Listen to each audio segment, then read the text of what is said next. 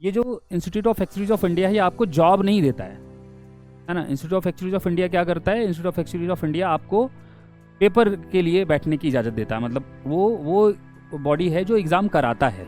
कुछ यूनिवर्सिटीज़ में direct recruitments होती हैं इंटरव्यू के आधार पे।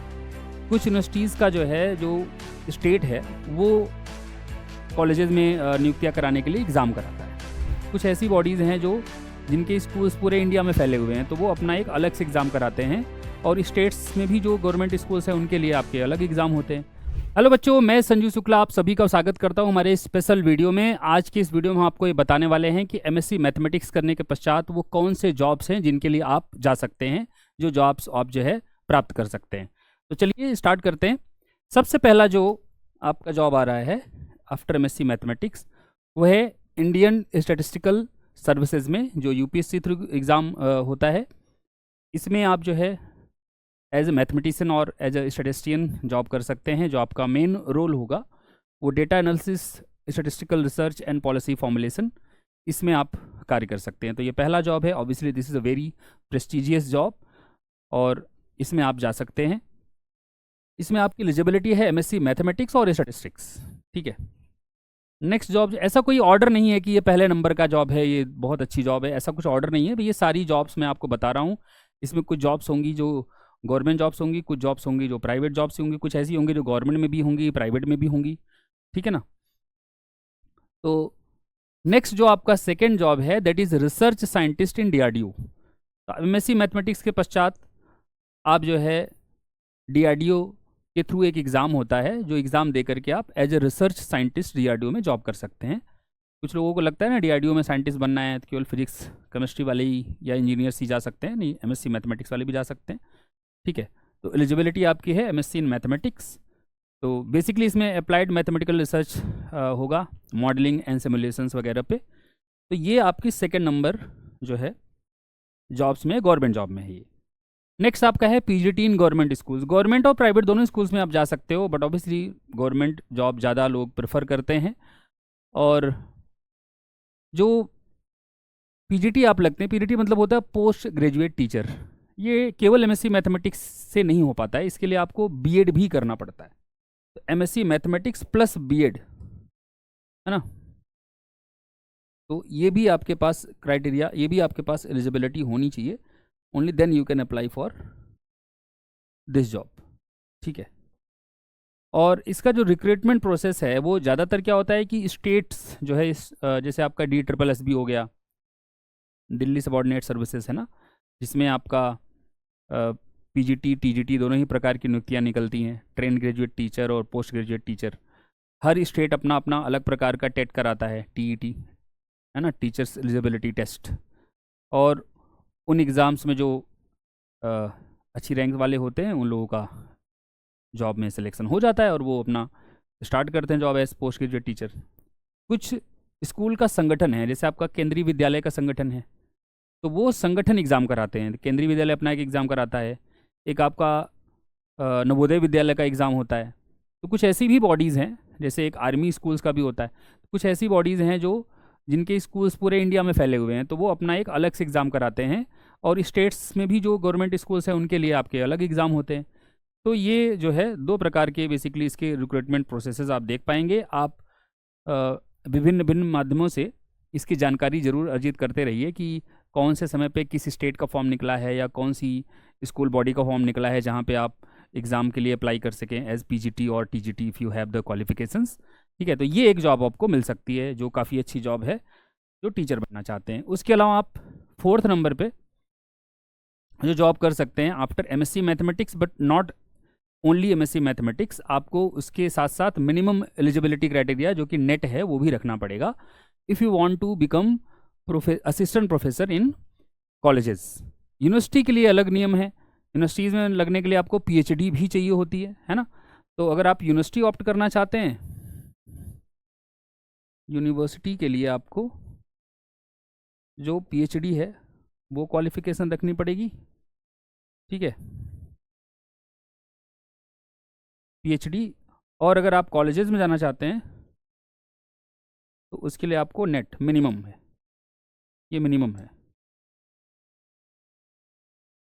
तो जैसे DU में वैकेंसीज निकलती हैं, है ना, कॉलेजेस में, तो इसका क्या होता है कि कुछ यूनिवर्सिटीज़ में डायरेक्ट रिक्रूटमेंट्स होती हैं इंटरव्यू के आधार पे। कुछ यूनिवर्सिटीज़ का जो है, जो स्टेट है, वो कॉलेजेस में नियुक्तियाँ कराने के लिए एग्ज़ाम कराता है ना। हायर एजुकेशन का रिक्रूटमेंट का एक अपना प्रोसेस होता है, उसमें वो एग्ज़ाम कराते हैं स्टेट लेवल पे, और वो एग्ज़ाम जो क्वालिफाई करते हैं उनका स्टेट के अंतर्गत आने वाले जो भी विश्वविद्यालय हैं, उनके जो भी संबंधित कॉलेजेस हैं, उनमें एज असिस्टेंट प्रोफेसर जॉब दी जाती है। ठीक है, बहुत अच्छी जॉब है ऑब्वियसली, और अच्छी खासी सैलरी भी है, आप जानते हैं। तो ये भी एक अच्छा ऑप्शन आपके लिए हो सकता है। After MSc mathematics and qualifying net, this is the minimum criteria, है ना। और जहाँ डायरेक्ट रिक्रूटमेंट्स है वहाँ पे ज़्यादातर प्रेफर करते हैं PhD एंड नेट। ठीक है, नेक्स्ट जो है आपका, ये भी वही जो पहला वाला था UPSC के थ्रू जो एक स्टैटिस्टिशियंस का जॉब होता है, वैसे ही एक SSC एग्जामिनेशन के थ्रू भी जॉब होता है स्टैटिस्टिशियन, या हाँ, स्टैटिस्टिशियन ही बोल सकते हो इन गवर्नमेंट इंस्टीट्यूशंस, जिनके लिए आपका MSc मैथमेटिक्स या फिर स्टैटिस्टिक्स होना आवश्यक है। इनका रिक्रूटमेंट प्रोसेस SSC एग्ज़ाम कराता है, तो आप वो जो है देख सकते हैं। ठीक है, नेक्स्ट है आपका डेटा साइंटिस्ट इन PSUs। अब देखो, डेटा साइंस की अपनी स्पेशलाइजेशन डिग्रीज भी होती हैं, है ना, लेकिन MSc मैथमेटिक्स वाले भी डेटा साइंस में जा सकते हैं। इनफैक्ट MSc मैथमेटिक्स वाले तो लगभग सारी ही साइंसेज वाली क्षेत्र में जा सकते हैं, तो आप इसमें भी, इस क्षेत्र में भी जॉब कर सकते हैं। इसमें प्राइवेट इंस्टीट्यूशंस में भी जॉब्स अवेलेबल हैं, PSUs में भी जॉब्स अवेलेबल हैं। ठीक है, तो आप इसके लिए देखते रहिएगा, सर्च करते रहिएगा कि कब इनका रिक्रूटमेंट हो रहा है, और उसके पश्चात इसमें अप्लाई करके आप एज डेटा साइंटिस्ट भी जॉब कर सकते हैं। आपकी जो डिग्री है वो MSc मैथमेटिक्स या फिर स्टैटिस्टिक्स, दोनों में से कोई एक होनी चाहिए। ठीक है, नेक्स्ट जो है आपका ऑपरेशंस रिसर्च एनालिस्ट। अब इसमें MSc मैथमेटिक्स या MSc ऑपरेशन रिसर्च, ये दोनों जो है क्वालिफिकेशंस हैं। प्राइवेट इंस्टीट्यूशंस में भी जॉब होती हैं, गवर्नमेंट इंस्टीट्यूशंस में भी जॉब होती हैं। ये भी एक अच्छी जॉब कही जा सकती है, इसके लिए भी आप तैयारी कर सकते हैं और ये जॉब भी आप प्राप्त कर सकते हैं। नेक्स्ट है, बहुत ज़्यादा फेमस नहीं है ये जॉब, मतलब क्रिप्टोग्राफर बहुत ज़्यादा कह दो कि परंपरागत नहीं है ये प्रोफेशन, परंतु हाँ, ये भी एक जॉब होती है। एज ए क्रिप्टोग्राफर आप रिस्पॉन्सिबल होंगे developing cryptographic systems, data encryption and security analysis. इसमें आपको MSc mathematics with specialisation in cryptography होना चाहिए। कुछ के यूनिवर्सिटी में आप में से ही जो आपका कोर्स है उसमें कुछ लोगों के यहाँ क्रिप्टोग्राफी MSc में पढ़ाया जाता है। ठीक है, तो अगर आपकी उसमें स्पेशलाइजेशन है तो आप जो है इन जॉब्स के लिए भी जा सकते हैं। प्राइवेट इंस्टीट्यूशंस में भी as cryptographer you can work. ठीक है, नेक्स्ट ये जॉब है actuary in LIC and GIC, life insurance corporation या फिर जनरल इंश्योरेंस कॉर्पोरेशन। ये आपका यहाँ पे लिखा है IAI, इसको बोलते हैं institute of actuaries of India, institute of actuaries of India.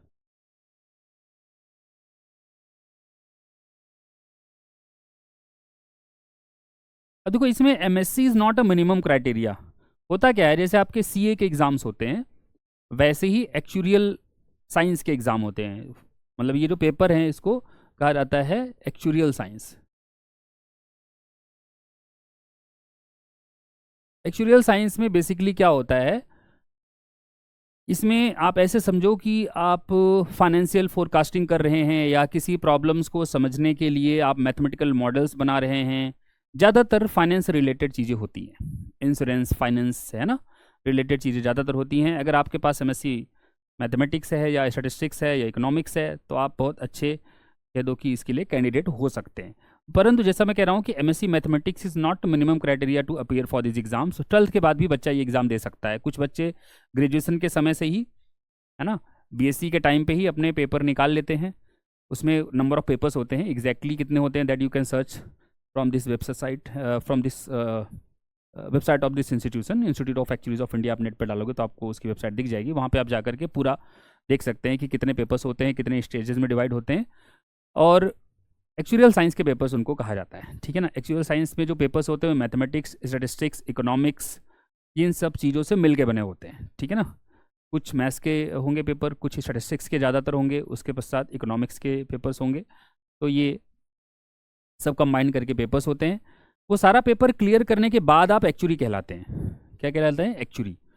और एक्चुरी अपने आप में खुद एक बड़ी क्वालिफिकेशन है, बट ग्रेजुएशन उसके साथ हो तो और अच्छा है, और मास्टर्स हो तो और भी ज़्यादा अच्छा है। तो अगर आप एमएससी मैथमेटिक्स या एमएससी स्टैटिस्टिक्स हैं या एमए इकोनॉमिक्स हैं and you have also cleared papers of actuarial science, then you can opt for jobs in LIC और जीआईसी, और प्राइवेट इंस्टीट्यूशंस में भी इसमें अच्छी खासी जॉब्स हैं और अच्छा खासा पेमेंट भी मिलता है।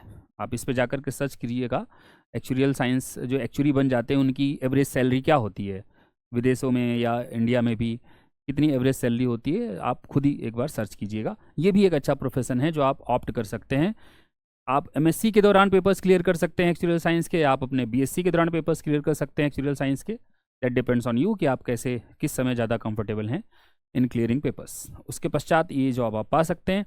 ये जो institute of actuaries of India है, ये आपको जॉब नहीं देता है ना। Institute of actuaries of India क्या करता है? Institute of actuaries of India आपको पेपर के लिए बैठने की इजाज़त देता है। मतलब वो बॉडी है जो एग्ज़ाम कराता है।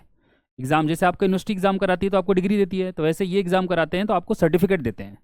तो आपके पास जब सर्टिफिकेट आ गया, सारे पेपर आपके क्लियर हो गए, तो आप एक्चुरी हो गए, और उसके बाद फिर आप जॉब के लिए अप्लाई कर सकते हैं। गवर्नमेंट सेक्टर में अगर कोई जॉब आया तो वहाँ अप्लाई कर सकते हैं, प्राइवेट सेक्टर में कोई जॉब आया तो वहाँ अप्लाई कर सकते हैं। प्राइवेट सेक्टर्स में ज़्यादा पेमेंट ज़्यादा मतलब थोड़ा है, तो वो आप अपने अकॉर्डिंग देख सकते हैं। नेक्स्ट है, जैसा मैंने कहा कि मैथमेटिक्स के लोग किसी भी क्षेत्र में काम कर सकते हैं।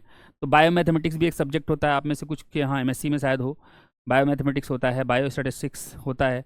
तो उन क्षेत्रों में भी आप जो है आफ्टर एमएससी मैथमेटिक्स जॉब कर सकते हैं, both government and private institutions. तो ये हो गए कंप्लीट 10। और आप भी अगर कोई और जॉब जानते हैं जो एमएससी मैथमेटिक्स पास कर सकते हैं लोग, तो ज़रूर आप लोग कमेंट्स में बताइएगा। तो आज के सेशन में बस इतना ही। Thank you so much.